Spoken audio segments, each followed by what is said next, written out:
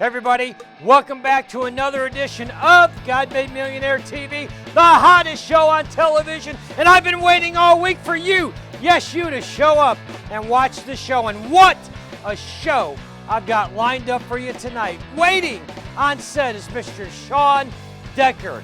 Shawn is a powerful man of God, an incredible, successful businessman, and he's written a book that you're going to want to get your hands on called Running from Miracles. Without any further ado, let's crack open that vault and let's get this show started.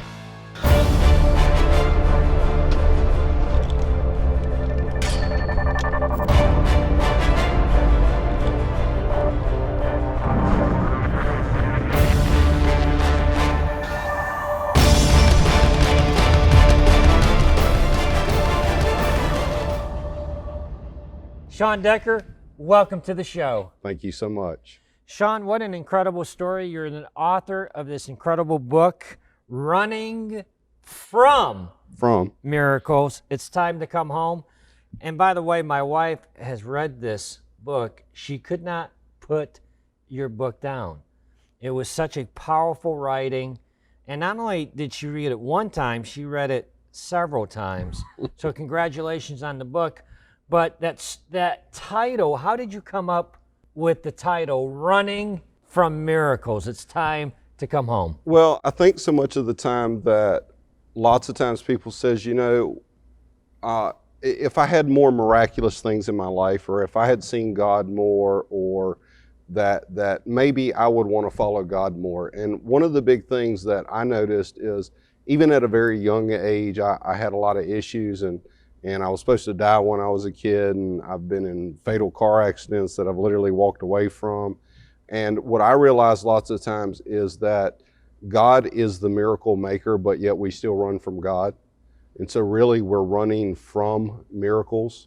And instead, I think, you know, if we actually understand how God is and what type of father he is and how he loves his kids and the things that he really wants to do for us and through us, and those type of things, that we'd have a different realization. We'd actually want to come home.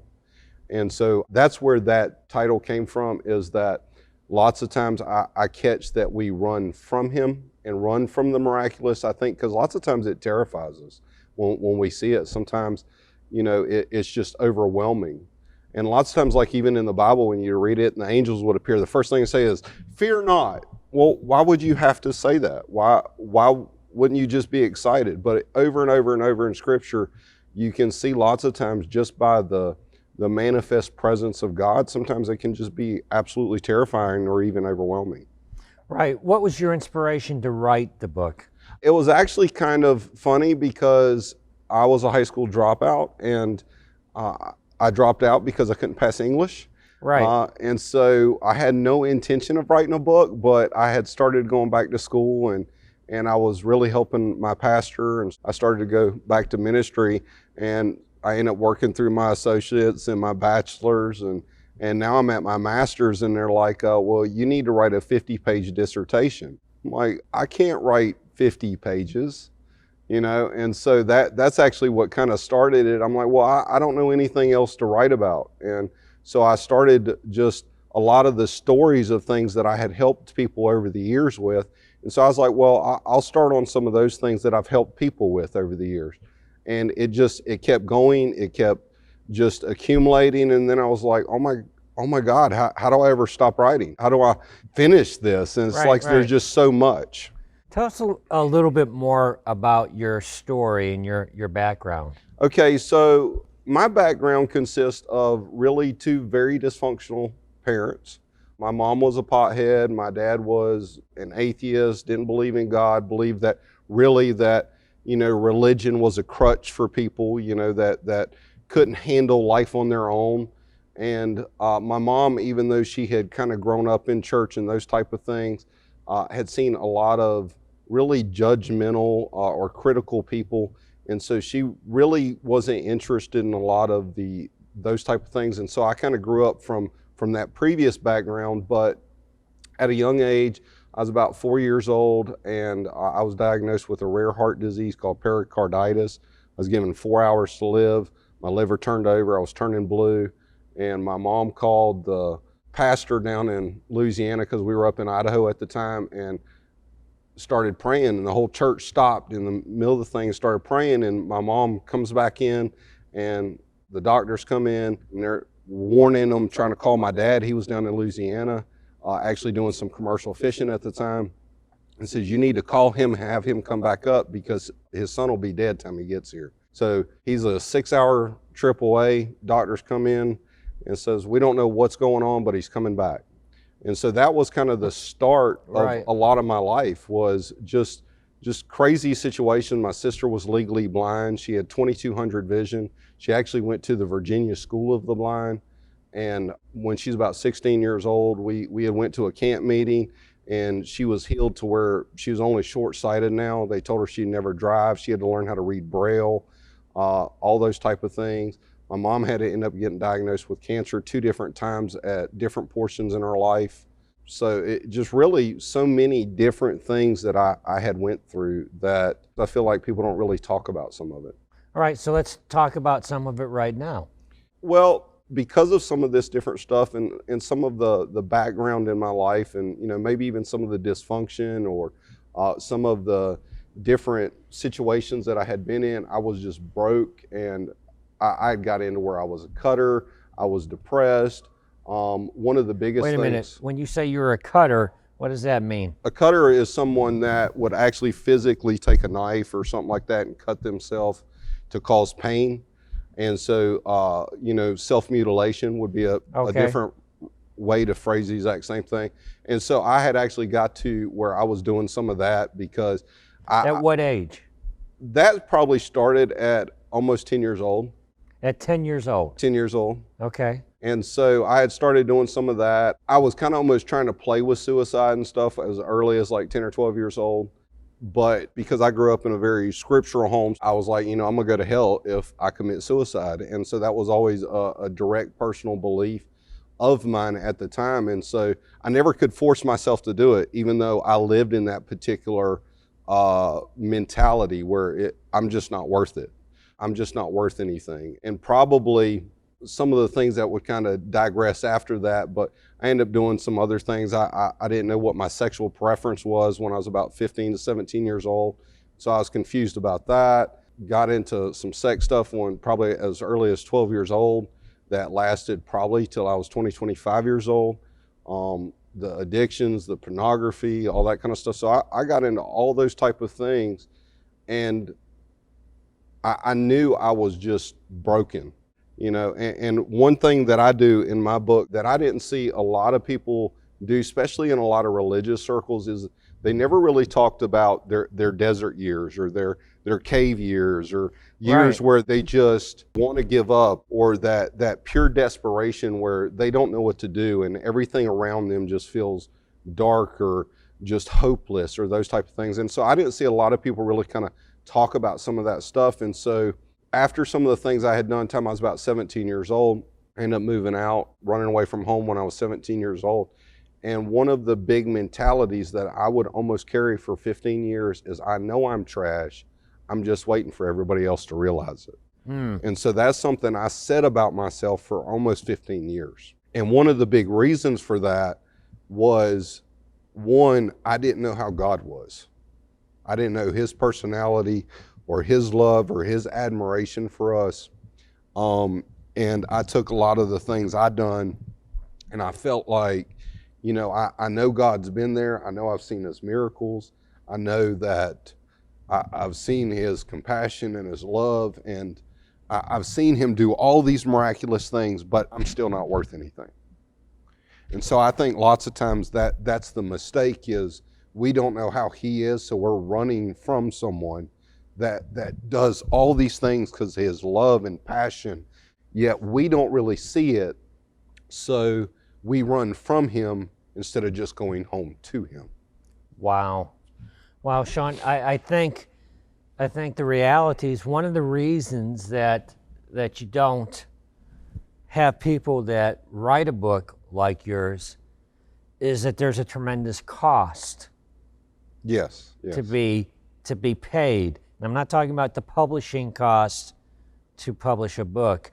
And you see it here right before us the cost to go here. Oh, yeah. Just in the little bit that you were going there, in that moment, every page of this book is tear-stained. It can be in some of it, yes. Right. Every page, because you had to go there emotionally, physically, you had to go there. And most people are still running. Oh, yeah. Most people that are watching that have had these similar type experiences, you're running from your miracle. Right. Shawn, how does a person that comes from that background and is perpetually running, you're tuning in right now and you're raising your hand up and you say, I am running. I'm one of the runners. Right. And I'm still yet running today. How do you transition? Because now God has raised you up. You're a successful businessman. Very successful businessman. And now you've been raised up. And this actual moment that you're here was prophesied to you. When I was 15, yeah. When you were 15 years old. So how does the person, where the rubber meets the road, there's listening to you, they are crying, women are crying, men are crying right now because your story is piercing that hard heart that they've hardened. Right. And they're running and they're saying to the screen, Shawn, what is the answer? One of the big things is you have to acknowledge where you're at. You have to acknowledge what you really need. And number one, it is Him. And for me, it was a situation in my previous marriage. And one of the things that I did was, Lord, if you will help correct this situation, I'll do anything you want. You know, and a lot of people say stuff like that, and they say it in the dark room, in the dark closet. They forget that God came back and did it for them. But several years later, I just really started seeing some changes and some situations and stuff like that. And she had started going to church and everything was changing. And I could tell it was God's hand on it. And I said, you know what? This is the last time I'll ever run from God again. It was a decision. Because one thing I learned is lots of times when you actually need to make a shift, you have to just make a decision. It's not fun. It's not some great feeling or emotional, overwhelming thing that you're like, oh yeah, I'm gonna. Yeah. It's more like, you know what? I'm going to acknowledge everything that you've done. I'm going to make a decision. And when I did that, I swear for like the next 2 years, it literally turned into just pure hell. And I was like, what in the world? Well, this is what I get for right. coming back, Lord? Like what's the deal? But one of the big things is God had some really serious things to teach me. And a lot of it I discuss in the book. I've got 60 different lessons in the book of just different things I've went through that will help through that transition, that'll help you kind of see some of the separations that took me 2 years of fighting through, you know. And because of that, I learned that there's a lot of other just raw principles, biblical principles that are just spiritual laws that work every single time. But because I didn't know a lot of those when I came back, it prolonged a very hard time frame for me.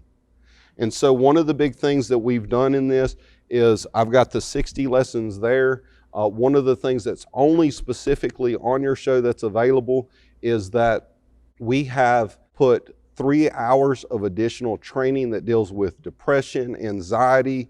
Hey, how do I change poor habits? How about relationship issues? We have 3 hours of that we're going to give absolutely free to everyone that's downloadable, as well as we're going to give everybody, and our goal is to hit 1 million people, because I mean, if we're on God Made Millionaire, we got to have 1 million, right? Right. Okay, so we want to give 1 million copies of the book away, absolutely free. It's an ebook. It'll be downloadable. All they have to do is go to gmm.millioncopygiveaway.com. So we're going to get them a copy of the book. We're going to get them 3 hours of additional training. We also have 14 hours of additional things if they feel that, hey, I still need more, I need some more principles. We have that available on those membership sites as well. Okay, so why?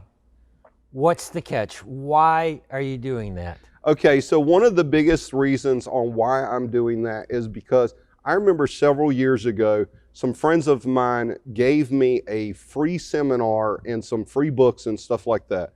And because of that, it absolutely changed my life. It set me on a path that literally put me into avid learning. It changed how I structured things.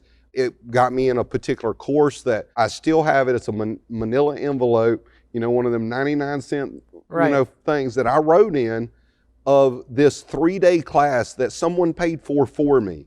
And because of that, it got me and it changed everything. So one of the big things for us is I want to remove all excuses. And one of the biggest things, like when we're coaching and we're helping people, they'll tell me, well, you don't understand what it's like. You don't know what kind of family I'm in. You don't know what kind of toxic relationships I'm in. You don't know the struggle of starting a business, or you don't know what it's like to have had some success and lose it. And so all of those type of things I talk about in the book, but to address lots of times, if I can get you through your excuse that you don't know, then we can talk about, well, here's some practical examples so that you can go ahead and start having some success at your particular level that then allows you to go to anywhere around the world and take whatever program that you want to have your success today. Shawn, take us into a defining moment in your life. I know you've had many, but give me, if you could look back over your life and you say, TC, this one moment in my life is where everything changed for me, what would it be? So probably I realized that I didn't value some things properly. I realized there's 5 key categories, and that's actually where the seminar and my next book that I'll be hopefully publishing to come back and visit you. Right. And so it's Hopefully. called hopefully soon. Hopefully. Yeah, well, that's true. So hopefully real soon, but we're actually trying to shoot for December, but it's called The Lost Art of Value, Time for Pink. The reason why that we named it The Lost Art of Value, Time for Pink is it's time, people, influence, numbers, and knowledge. And so we realize that really most of the things that you're going to deal with in your life are in those 5 particular categories. And so by setting it up in those 5 categories, it allowed me to understand lots of times how to deal with my time better, how to know the difference between, say, knowledge and actual understanding. So that's where I talk about some of that in the knowledge side. Understanding different types of people that are in your life. So sometimes we can have different types of people in our life, but if we don't know what value to put on them at that particular moment, then we'll misunderstand the relationship, and so therefore we'll be frustrated. Right. And so another one is sometimes a lot of businessmen run just off of raw numbers. That's a mentality. So well, if the numbers don't line up, well, that's true, but sometimes there's also an issue of influence. So that's why we broke it into those particular categories of time, people, influence, numbers, and knowledge. And so that moment of really understanding that I didn't value something properly is where I realized why I failed in business, why I had failed in some of the relationships, why I didn't understand sometimes even how God is. Because a lot of these principles are directly from the Word. They're based off of spiritual principles or spiritual law that work every single time. And lots of times the thing we've learned is spiritual law will work for the saved or unsaved because it's a law. It's like the law of gravity. God set it into place. Now there are superseding laws like grace and mercy and His favor that can break situations, that can change things for people's lives that took them 20 years to mess up. But there is a spiritual law of sowing and reaping. And so that's both good and bad. But His grace and His mercy and His favor can supersede even that natural law. Shawn, talk a little bit about the deserve issue, because we have so many people at home listening to this right now, and they're digging what you're saying. They're like, I'm going to run and get my free copy of the book. But would you agree that probably one of the biggest challenges today is this deserve factor, that they just feel like they don't deserve love. They don't deserve success. They don't deserve prosperity. That's definitely a huge factor, and that's a huge factor I actually went through for years, was that, I don't really deserve nice things, or I don't deserve success, or I don't even deserve a great relationship. But if we've been truly forgiven by the blood of Jesus Christ, then there is nothing that He has provided for us as a gift we don't deserve, because He did all the work. Right. Shawn, we're almost out of time, but what I want to do is I want to give you an opportunity, because this moment was prophesied a long time ago. This very moment, I want you to be able to speak to the nations, over 200 nations, that word that God has given you for the nations. I want you to speak into that camera and just deliver your truth and His truth to over 200 nations. Guys, let me tell you about my Jesus, the one that loves me, that has taken care of me, that has looked after me when I didn't deserve anything, that I was in the worst situations, that I was in the bars or dealing with the drugs or the sexual addiction and those type of things, and yet God still was doing His best, regardless of my own stupidity, to protect me. All right. Shawn Decker, pleasure to have you. You're going to come back and see me. Absolutely. All right. Thank you so much. Thank you so much.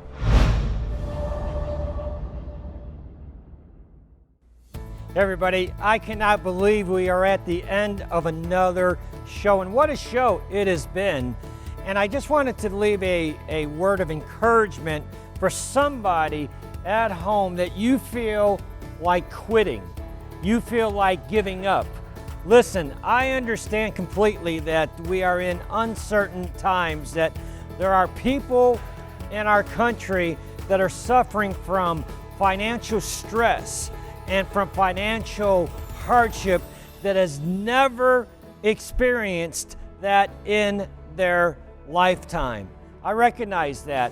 I recognize there are people right now that maybe you've lost your job. Maybe you've lost a successful business. Maybe you have lost something very dear and valuable to you. Maybe you've lost a family member in this time. But I want to encourage you that your God has your back. Your God has your back. Don't you dare quit on your God. Don't you dare quit on your God. If you're a pastor and you've not been able to hold services for your people and you're thinking about closing up your church, I want to encourage you on this night to push forward. Do not pull back. I want you to push forward and do whatever it takes. Have an attitude of whatever it takes. In every book that I've published, ladies and gentlemen, I've had a small missive at the end of that book called Whatever It Takes. And it was supposedly written by a missionary that was going to be martyred for the cause of Christ in the morning. And in his final moments, he penned these words that I'm about to read to you called Whatever It Takes. And I've had them in every book that I've ever published. And I want to share it with you, my listening audience, as we close out this show. It's called Whatever It Takes. I'm committed to doing whatever it takes. I have Holy Ghost power. The die has been cast. I've stepped over the line. I am out of my comfort zone. The decision has been made. I'm a disciple of His. I won't look back, let up, slow down, or back away. My past is redeemed. My present makes sense. My future is secure. I am finished and done with low living, sight walking, small planning, smooth knees, colorless dreams, tame vision, mundane talking, tiny giving, and dwarf goals. I no longer need preeminence, prosperity, position, promotions, or popularity. I don't have to be right. I don't have to be first, tops, recognized, praised, regarded, or rewarded. I now learn by faith, love by patience, live by prayer, and labor by power. My face is set, my gate is fast, my goal is heaven, my road is narrow, my way is rough, my companions few, my God is reliable, and my mission is clear. I cannot be bought, compromised, detoured, lured away, turned back, diluted, or delayed. I will not flinch in the face of sacrifice, hesitate in the presence of adversity, negotiate at the table of the enemy, ponder at the pool of popularity, or meander in the maze of mediocrity. I won't give up, shut up, or burn up until I'm preached up, prayed up, paid up, stored up, and stayed up for the cause of Jesus Christ. I'm a disciple of Jesus. I must go till I drop, preach till all know, and work until he stops. I'm going to hang on, hunker down, hug tight, and go where he wants me to go, and let him take me there. And when he comes to get his own, he'll have no trouble recognizing me, because I've committed my life to doing whatever it takes. Yes, I have. Don't you dare quit on your God. Don't you dare quit on your God. Your God will see you through. Big Mike, hit my music.